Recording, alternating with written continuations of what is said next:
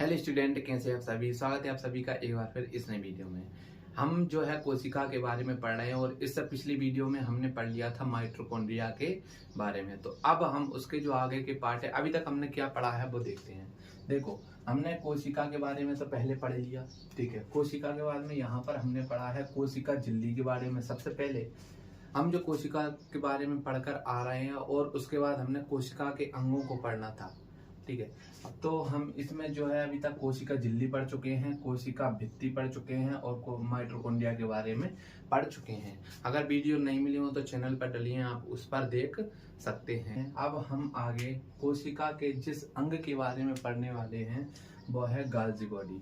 देखो, हमने माइटोकॉन्ड्रिया का काम जाना था कि माइटोकॉन्ड्रिया ये कोशिका है, ये जो कोशिका है, हमने ये कोशिका का एक चित्र ले रखा है। कोशिका इतनी अच्छी, ये ऐसी होती है हमारे अंदर, ठीक है। हाँ, बहुत सारी हैं, ठीक है। तो इनमें देखो, ये जो कोशिका है ये क्या काम करती है। ये कोशिका भित्ति, ये तो सबसे पहले कोशिका झिल्ली है, ठीक है। कोशिका भित्ति इसी के ऊपर होती है, ठीक है। और ये इसके अंदर अब जो अंग है वो है माइटोकॉन्ड्रिया, ये हमने पढ़ लिया है। अब हम पढ़ रहे हैं गोल्जी बॉडी। ये गोल्जी बॉडी को हम पढ़ने वाले हैं, तो इसे हम चीज से यहाँ पर रिप्रेजेंट कर देते हैं। देखो, ये जो गोल्जी बॉडी है, कोशिका के अंदर ये जो गोल्जी बॉडी है वो क्या काम करता है। हमने माइटोकॉन्ड्रिया के काम के बारे में जाना था कि वो ऊर्जा को बनाता है। अब ऊर्जा बना तो ली है, फिर ऊर्जा किसी को देना है, शरीर के अंगों को जब ऊर्जा देना है तो देगा कौन। ऊर्जा हमारे पास बन गई, लेकिन इसे देगा कौन। इसे ऊर्जा देने का काम करता है ये गोल्जी बॉडी। इसके द्वारा बनाई गई ऊर्जा को, एनर्जी को ट्रांसफर करता है जहां हमें जरूरत होती है, ठीक है। ये जो गोल्जी बॉडी होती है, इसकी खोज किसने करी थी? कैमिलो गोल्जी ने करी थी। आप इसको लिख लीजिए, कैमिलो गोल्जी ने इसकी खोज करी थी। और सरल भाषा में जाने तो देखो, कोई भी रनर होता है, दौड़ने वाला, तो उसको सबसे ज्यादा ऊर्जा की जरूरत कहाँ होती है? अपने पैरों में। कोई रेसलर होता है, उसे अपने हाथों में सबसे ज्यादा ऊर्जा की जरूरत होती है। कोई टीचर होता है तो उसको बोलने के लिए सबसे ज्यादा ऊर्जा की जरूरत होती है।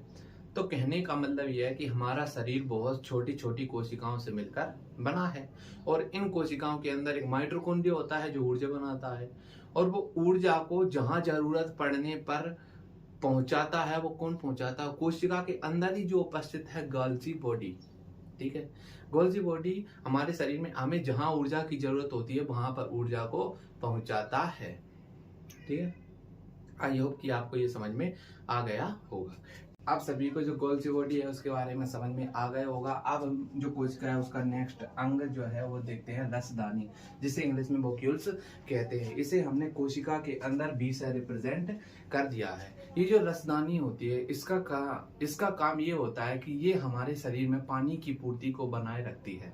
आप सभी ने एक बात सोची कि हमें प्यास क्यों लगती है? वो प्यास इसीलिए लगती है क्योंकि हमारे शरीर के अंदर जो कोशिकाएं हैं उसके अंदर एक अंग है जिसका नाम वोक्यूल्स, रसधानी है। उसके अंदर पानी 100% यदि होगा तो हमें प्यास नहीं लगेगी। अगर उनके अंदर पानी 20% कम हो जाता है, 100% में से 20% कम हो जाता है, जब 80% बचता है तब हमें प्यास लगने लगती है और हम पानी पीकर प्यास को बुझा लेते हैं। तो रसदानी का काम क्या होता है? हमारे शरीर के अंदर उपस्थित जो कोशिका है उनके अंदर पानी की पूर्ति को बनाए रखना, ठीक है।